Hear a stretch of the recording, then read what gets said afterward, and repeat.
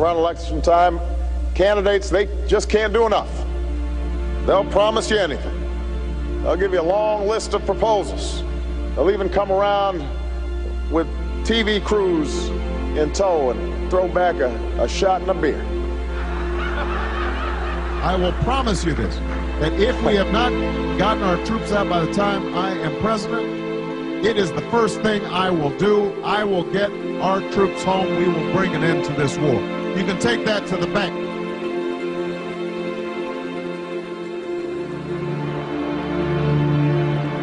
There are a number of different things that you could do early pertaining to executive orders. Right. One of them is to shut down Guantanamo Bay.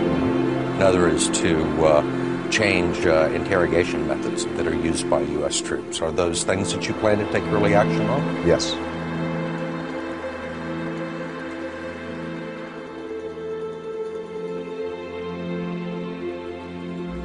But if those same candidates are taking millions of dollars in contributions from the PACs and the lobbyists, ask yourself, who are they going to be toasting once the election's over?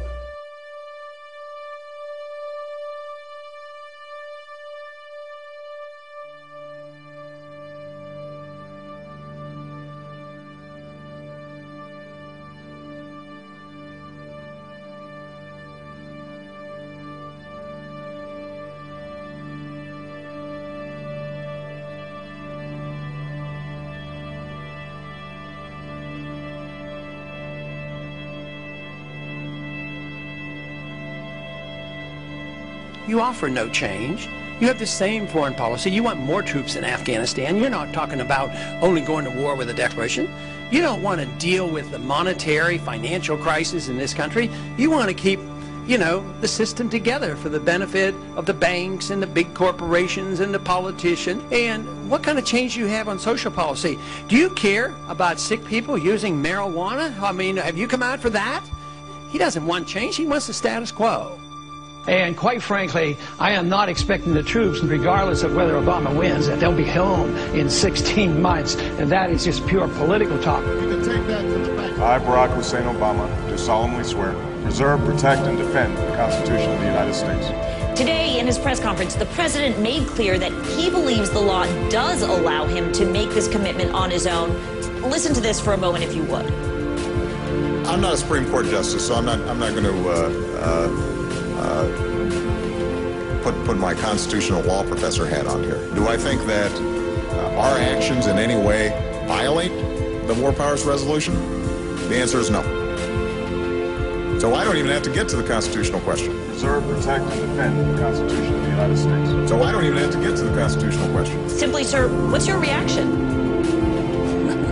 That's a horrible statement. He should get to the Constitution. He doesn't have to be a constitutional lawyer.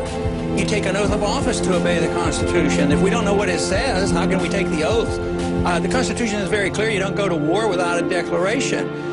You sit down with your attorneys and tell you what you have to do, but obviously the President of the United States has to do what's in the best interest of the United States to protect us. Well, this idea of going and talking to attorneys totally baffles me. Why don't we just open up the Constitution and read it? And the Constitution is the law of the land, and we don't have to be constitutional lawyers to understand that. We don't need lawyers to tell us what to do and not to do, because we shouldn't be in office if we don't understand what the Constitution says. It's plain and simple. I agree now with Ron Paul more than I did in 2008, and we have a choice, and I think this is the choice that's going to happen to us. You can't live in this middle ground with our Constitution. You can't. You either embrace the Constitution or shed the Constitution. And Ron Paul is the closest to our founders out of anyone up there. Let me distinguish between professional politicians and the public at large. The public is not paying close attention to the ins and outs of how a Treasury auction goes. They shouldn't.